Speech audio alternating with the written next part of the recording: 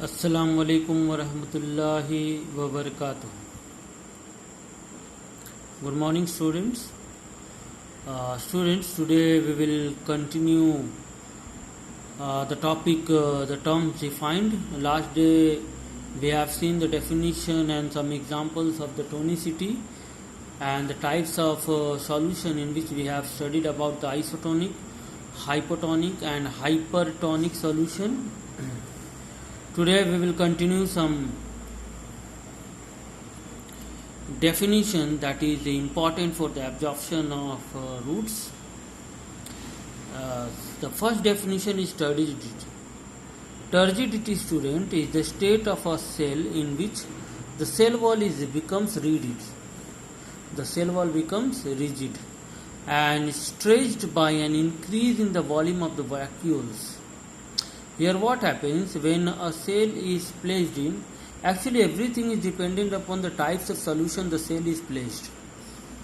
So whenever a cell is placed in a hypotonic solution means the solution in which the solute concentration is lower, means the solute concentration will be greater in the cell rather than the solution.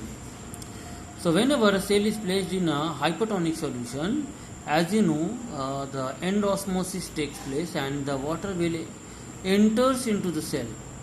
That makes the cell wall rigid and they also increase the volume of the vacuole.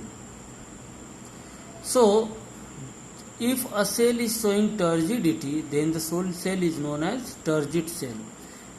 There are two types of pressure that are generated by a turgid cell. Turgid cell means fully stretched, fully swelled up cell. Like the kishmish that you put inside the water and take out after 2 or 3 hours. So you will come to know that the kishmish is increased its volume, it swells. So that kishmish that is already swelled up is called turgid cell. Sorry. Now student, turgidity provides or produces two types of pressure. First one is what? Turgor pressure, and second one is wall pressure. If we talk about the turgor pressure TP, it is the pressure exerted by the protoplasm against the cell wall in a turgid cell. That means the pressure created by the protoplasm on the cell wall is called turgor pressure. And the backward pressure that is exerted by the cell wall against the protoplasm is called wall pressure.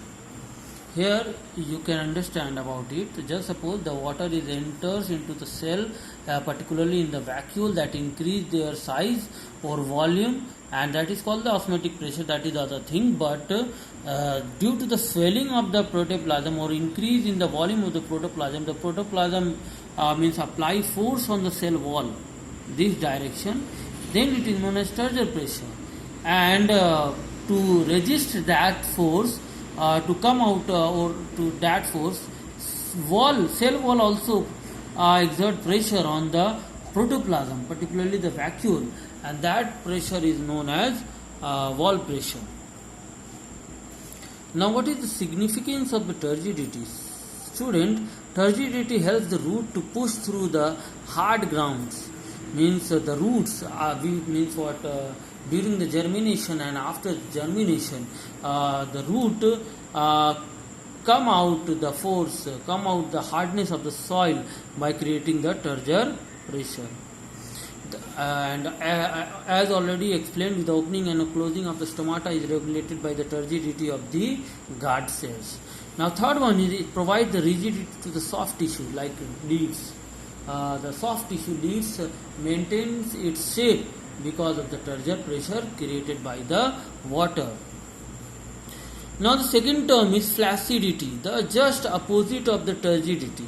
That means It is the condition of the cell in which the cell loses water from its cytoplasm due to the exosmosis. That means if you put the cell inside a hypertonic solution, so what will happen? The water from the cell will come out of the cell into the surrounding medium. That causes the shrinking of the cell, and that condition is known as flaccidity.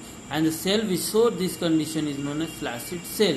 And generally, if you will put the leaves or the other parts of the plant in a strong sunlight or in a dry condition, they become flaccid. Now, plasmolysis. It is the phenomenon which occurs when the water moves out of the cell. That means if a cell is showing flaccidity, the process by which they attain the flaccidity is called plasmolysis.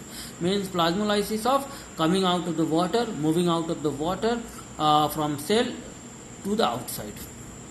And deplasmolysis is the condition of the cell which attains its normal appearance after plasmolysis. Just suppose if in a cell, I am giving you one picture, I am showing you one picture to explain you. This is the turgor cell, okay? And when this turgor cell is placed in a hypotonic solution, they will slowly shrink. This condition, again this condition, and this is the last condition in which you will see that the vacuole that is fully stretched in the turgor cell, it is means what, a very small in the plasmolyzed cell.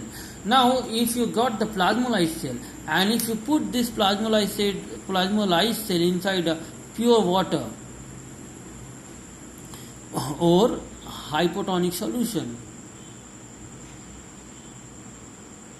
so if you placed plasmolyzed cell in a hypotonic solution, again they will be what, regain their normal shape and they becomes turgid.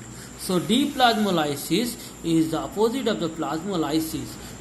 In deplasmolysis, cell